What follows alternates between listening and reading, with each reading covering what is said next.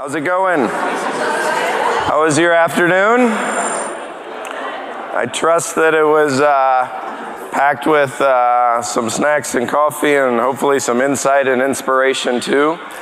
We're here not for like a formal closing keynote, but just kind of a wrap up and to share some of the ideas and thoughts and moments that we've had over the last 2 days. So we'll jump right in and have a real quick discussion. Then I'm going to come up and say a couple parting remarks and we're off at the end of the day. So to bring it to a closure, we've assembled a powerhouse trio to bring everything together for you guys and kind of help chart what's next for the AI-powered, people-focused future of higher ed. So let me introduce to stage from Element 451, everybody knows them, Ardis Kadiu, founder and CEO, and JC Bonilla, COO and head of AI. Come on up to the stage.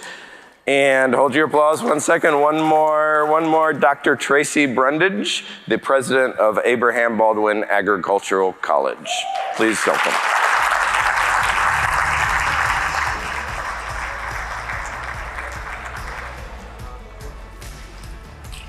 JC, I'll let you take it away.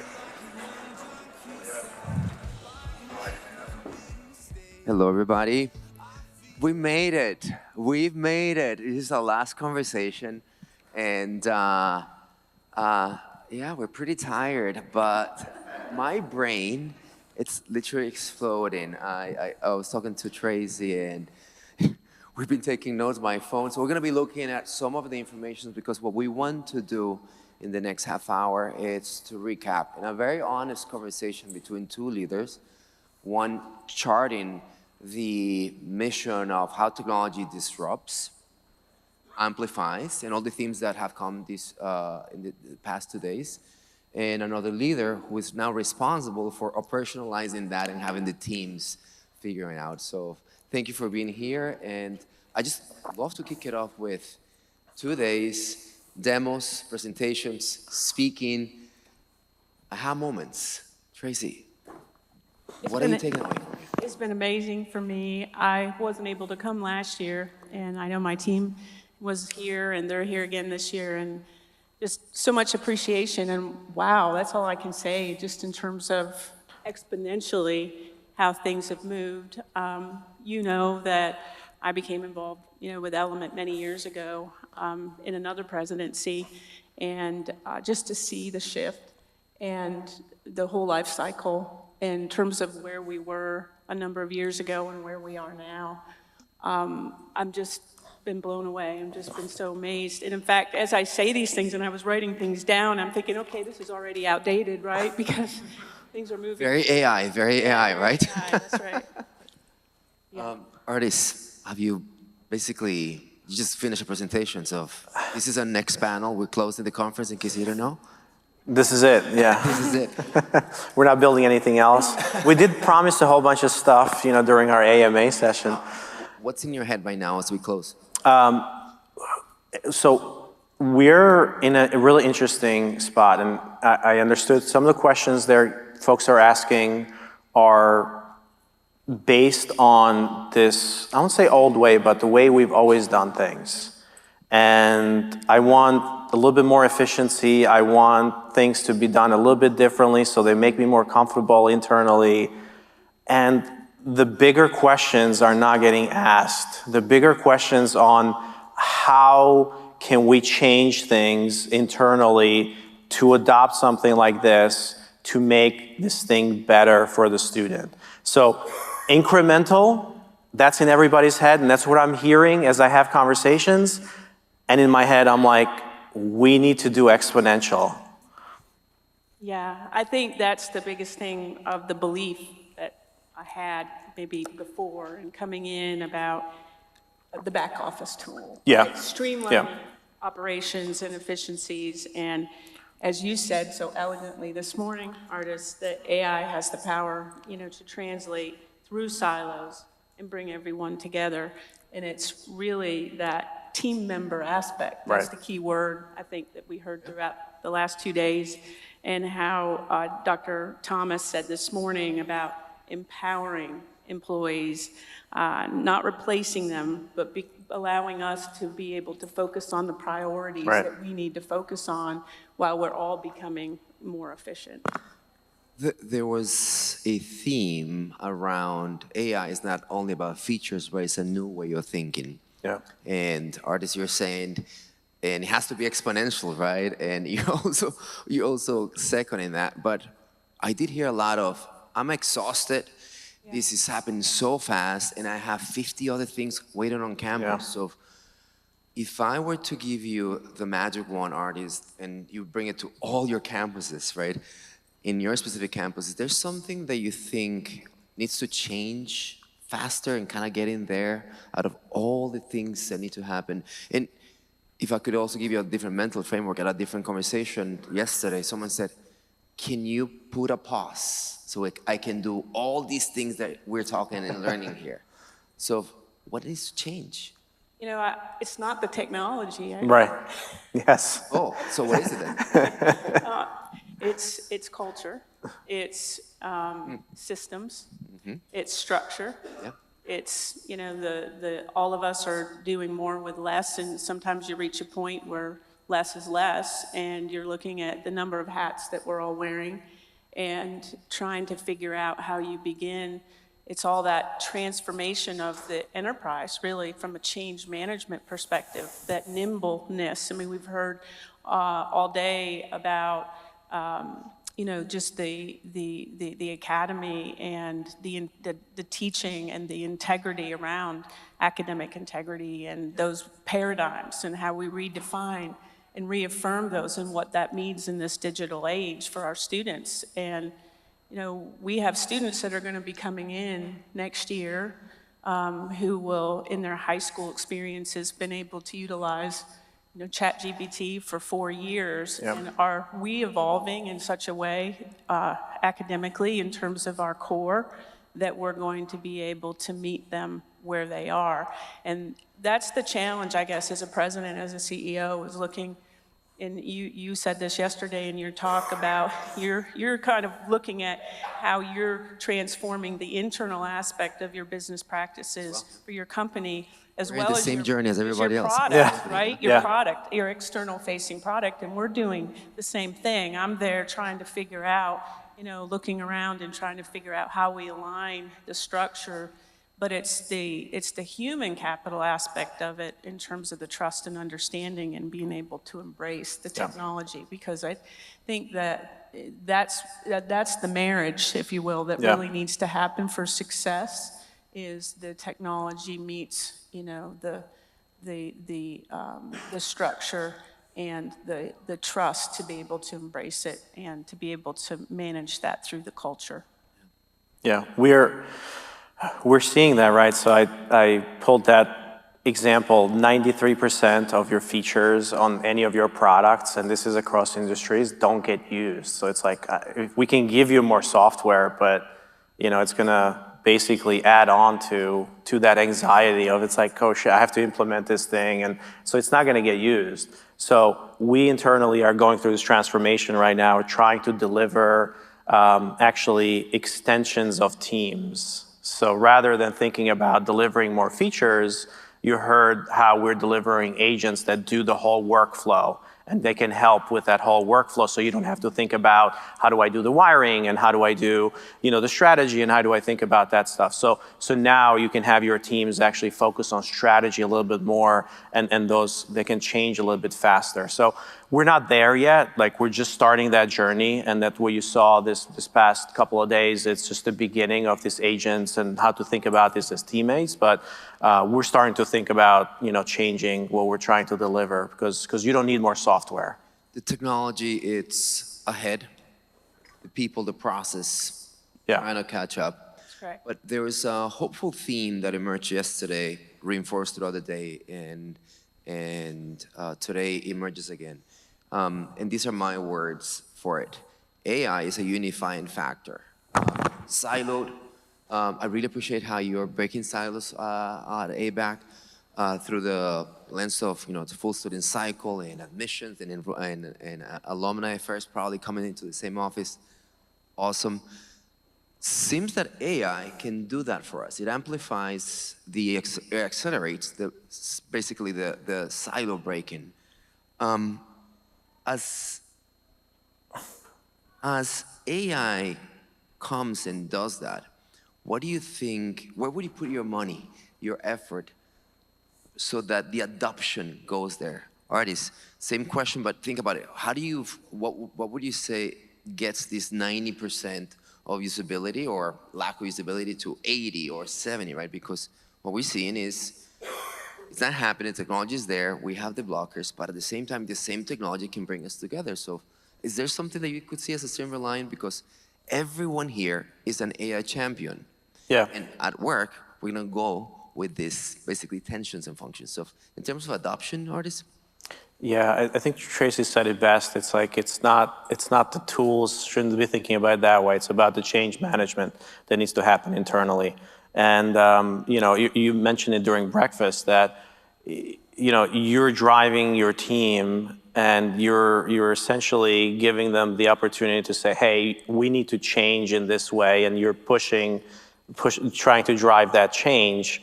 So we can make things easier, faster, better, but it's really going to be up to the schools to drive the change management. And then I don't think that's going to, you know, no matter what type of software you have, no matter what type of systems you have, it really needs to be driven, you know, internally as part of that change management. I don't know if you agree with that. No, I do agree. I do. I think, you know, I don't know. I mean, yeah, the change it's disruptive, and when you're coming in and you're trying to tell your team, we need to move at this type of pace, and we need to get these things done. And one of the things that we've been really trying to do is explain that why behind that transparency of trying to link those individual initiatives and actions to the strategic initiatives and those KPIs. It's no longer about just those individual tasks, or, you know, it's really, when we look at it, when we see what's happening, you know, in the higher ed sector, you know, what I see is those predictions. The workforce is going to continue to demand that AI literacy, and I think the agents that you've been talking about, I think that they're going to transform the work across all industry sectors, including our own. And I think that's where those gaps are in that understanding, and that's where the leadership really has to be really tied in, and being able to work across all sectors of the organization and be able to explain to everybody why that particular action is important and why the technology needs to help support.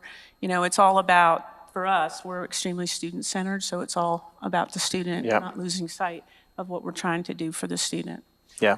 I'd like to build on that, your last point, because the theme of the conference is AI-powered, people-focused. Right. And the student experience, it's probably, at the end of the day, how we want to centralize that and amplify and improve. So I think this is a tricky question. I would love to see how you think about this, but how do we know that AI has done its promise of it improves student experience, right? Because I've constantly hear measurement of AI through the lens of hours saved, less people working more efficient, like efficiency metrics. But is the student experience an efficiency metric? How are you thinking about it? But how do we start thinking about all this is going to make it awesome for the student, and how do we know that we actually deliver on that? I think, does the student feel a sense of belonging? Does the student feel connected? The human connection at scale, are we able to do that better? Because I think that's what we talked about, right? The technology meets us to a certain point, and then the humans have to take over and do the thing that we do best. And to make sure that our students feel that. Do the students have that confidence and that clarity? Do I know where to go? Do I know how to navigate certain things? Where can I go to get this? And then where does somebody else start to, you know, take the baton and jump in and provide that information? And I think all of that within that emotional tone, I think that is the beauty, where we can help on our end to meet the technology where it is, so that those students really do have that sense of belief, that belonging, and that allows them to really become the best that they can be in the environment that they're there. And I think that that's going to help the retention. When we talked about that, fall to spring, first year, fall to fall retention, and their progression to matriculate, and those graduation rates, and all those things that all of us here, those key performance metrics that we're looking to accomplish.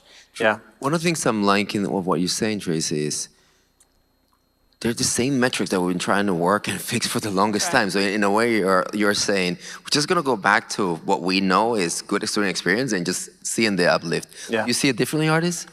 I don't know. Why don't we have a CSAT score for students? Ooh, satisfaction.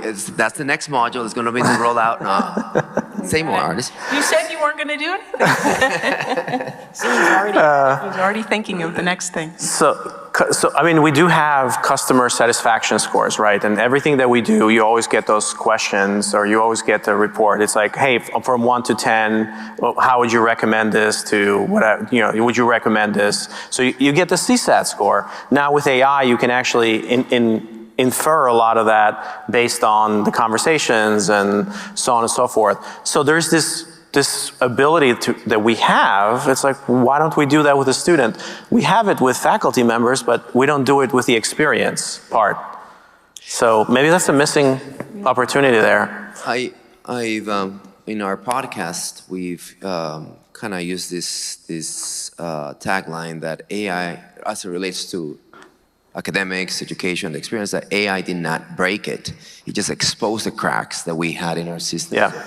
And I think that, I don't know if this is how you feel on campus, but many of us have been hiding behind what the experience, it is what it is for the student. That's the way we work in academics and whatnot. And the reality that I'm hearing throughout is that the students are coming with new expectations, and we need to meet them where they're at. So you're saying like no news is good news is not good. Wow. Yeah, and then I just don't know how long we can go without doing this CSAT and NPS type of metric anymore. Probably is gonna come in. Yeah, I think that goes into vision and philosophy of leaders. And when you're coming in to a position and there are people that believe, well, we've built it and they will come. That's a different era. That's not where we are now. Yeah. Where we are now is that we have to be very customer-centric and understand the needs and demands of those customers, those students, and understand that those are going to continue to evolve, and that we have to be able to look around the corner and the best that we can to try to prepare. And that's tough right now because, we were having this discussion this morning that what we do best is trying to prepare students for continuous lifelong learning, to be prepared, to be good citizenships, to go out, do good work, have competencies to prepare them for the workforce. And we don't even know what some of those jobs are even going to be. And some of these programs that we have now, that we've had on these legacy programs and legacy foundations and systems that we're using, we don't even know with a student that's going through that now in 10 years, whether that's even going to be a viable career pathway.